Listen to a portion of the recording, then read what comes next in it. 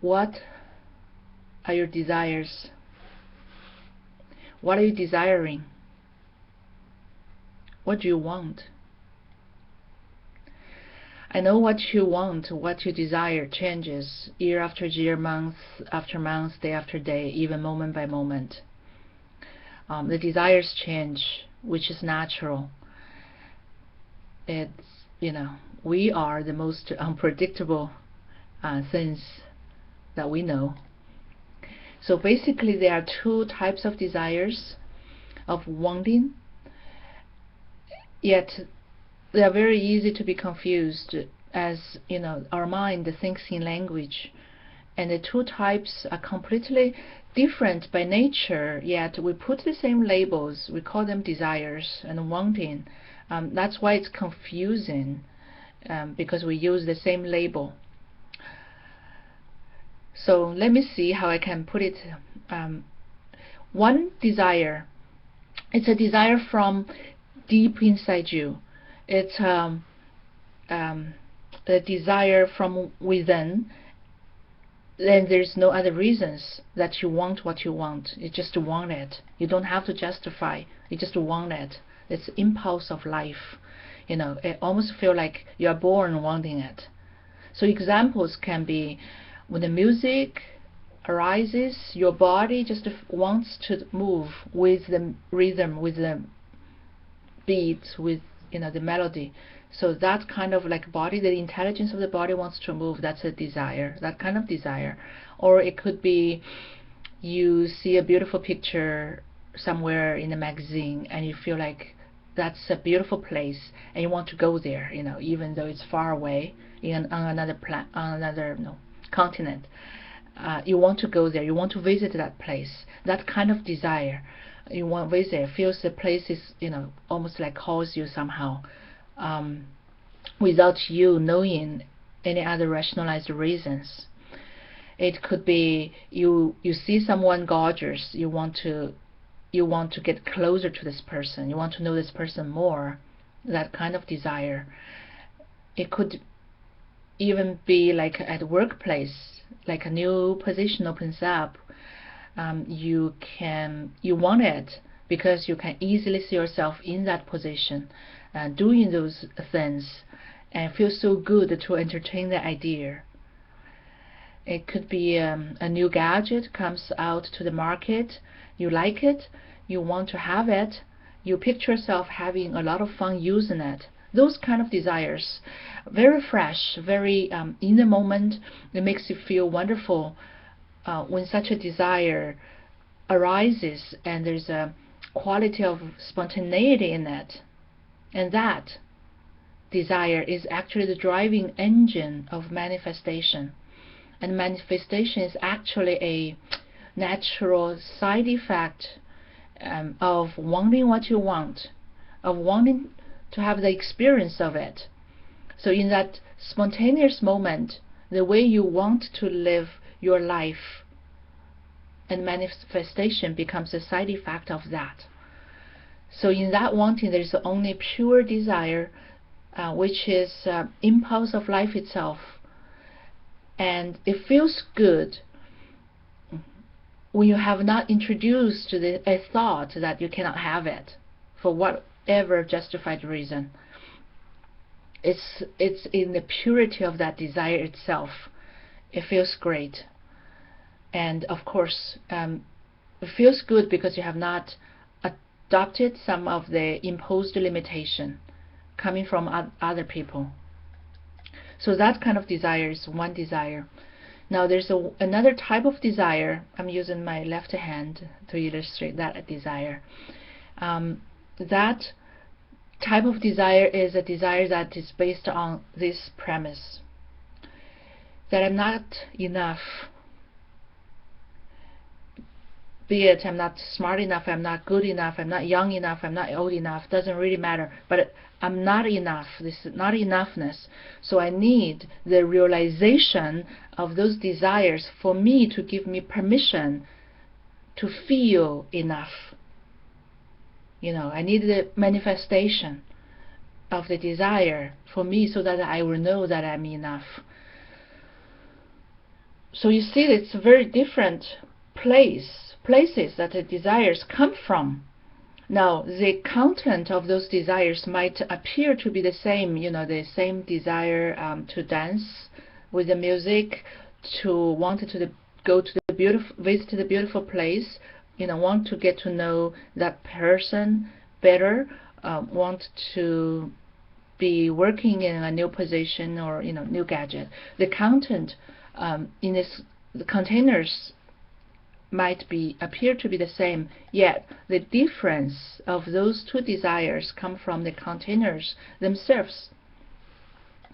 The containers are different. That's why they make it a huge difference about the two desires. And for you, how do you know the difference? Because it feels different. One desire feels great, feels good to have them. One desire feels not good, feels a lack of it.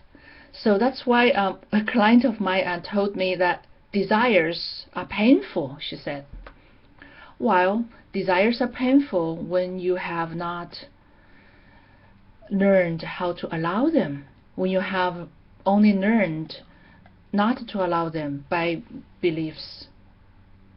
So mechanically, it doesn't feel good. Some of the desires doesn't feel good because when you think about those desires, the moment you launch those desires out of the not enoughness, your mind automatically goes to the absence of not having those desires, and you're so attached to the outcome of realizing the desires until then you don't feel enough.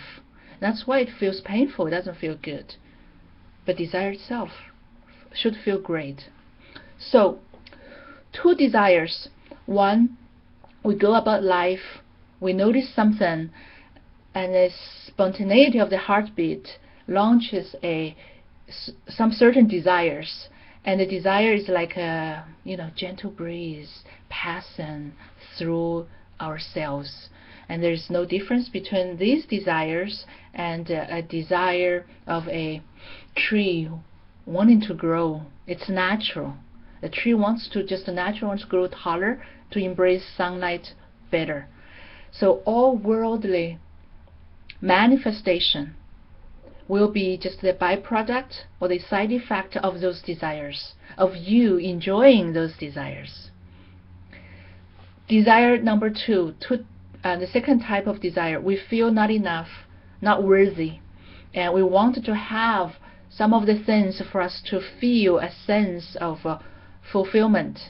We want to focus on, that's why we want to focus on the manifestation itself, with the future promise that when we have what we want, then we're going to feel, we're going to change the outlook of me, who I am. But until I get what I want, I don't think I'm good enough. I don't think I'm enough. So in this case, okay, in this case, that like getting what I want serves as a proof for me to know that I'm good enough. So therefore, material manifestation becomes the investment of the image of me, of who I am. We become very serious in this manifestation business. So the two types of complete different desires, they're different energetically speaking, not the content, what we desire. It's like what's behind those desires, the energy behind those desires, they're totally different. Yet when we live our life wanting what we want, it can become very subtle in us.